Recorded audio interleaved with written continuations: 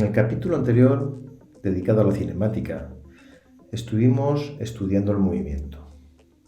En esta ocasión continuaremos con ese estudio, pero ahora atendiendo a las causas que lo producen. Este es el campo de trabajo de la dinámica. A lo largo de los próximos días dividiremos este nuevo capítulo en 4 partes. Una introducción con el concepto de fuerzas y las leyes de Newton.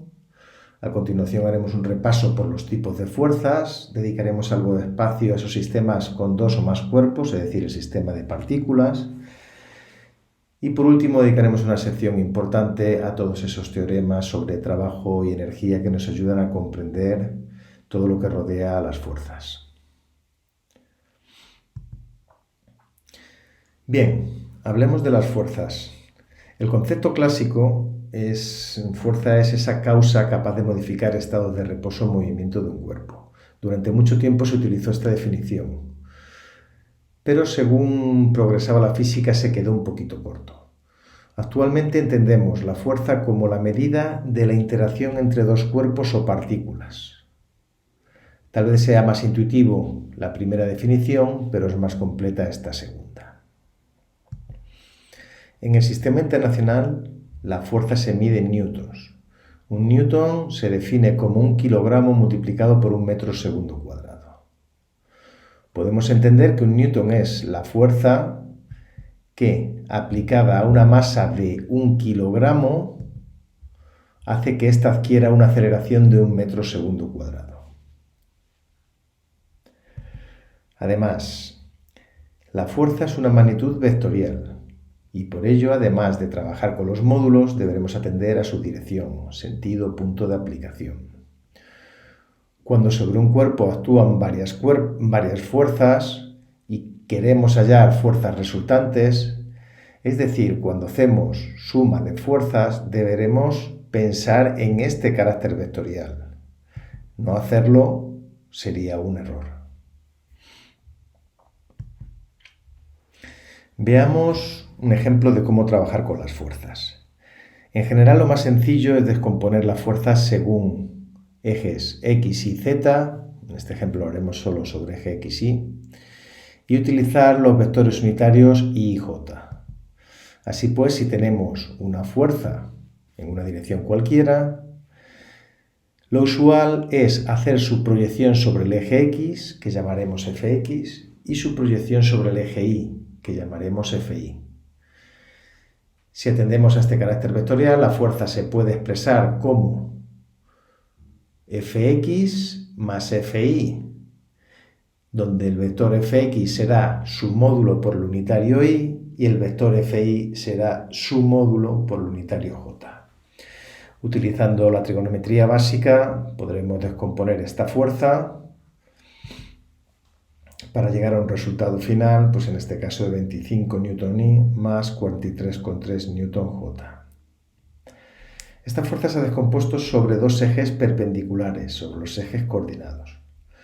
En ocasiones será interesante trabajar sobre ejes que no sean perpendiculares, es decir, descomponer esta fuerza, será el siguiente problema, sobre estas 2 líneas que forman 45 y menos 30 grados con el eje X. Bien, para hacer esto, primero recordemos que la fuerza es una magnitud vectorial, es decir, será la fuerza 100I más 0J, y lo que vamos a hacerlo es dividirlo en 2 fuerzas, las cuales al sumarse nos den esta fuerza F. Las llamaremos F1 sobre esa línea que forma 45 grados y F2 sobre esa segunda línea que forma menos 30 grados. Cada una de estas 2 fuerzas podremos descomponerla como hemos hecho en el apartado anterior, sobre los ejes X e Y, de nuevo utilizando trigonometría básica y apoyándonos en los vectores unitarios Y y J. De igual forma, podemos hacer con la fuerza F2, y si volvemos a la igualdad anterior, fuerza es igual a F1 más F2, utilizamos estas descomposiciones que hemos hecho en los ejes X e Y y obtenemos esta expresión de la suma de ambas fuerzas. El objetivo sigue siendo calcular F1 y F2, Para hacerlo lo que vamos a trabajar es lo siguiente.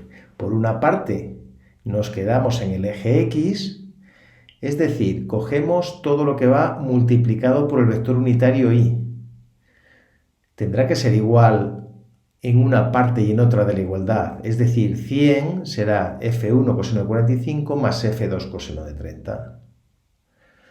Por otra parte, analizamos el eje vertical, el eje Y, es decir, todo lo que va con el vector unitario J. Así pues, 0 será igual a f1 seno de 45 menos f2 seno de 30. La resolución de estas dos ecuaciones es lo que me llevará al cálculo de esas fuerzas F1 y F2, que es la descomposición de la fuerza original.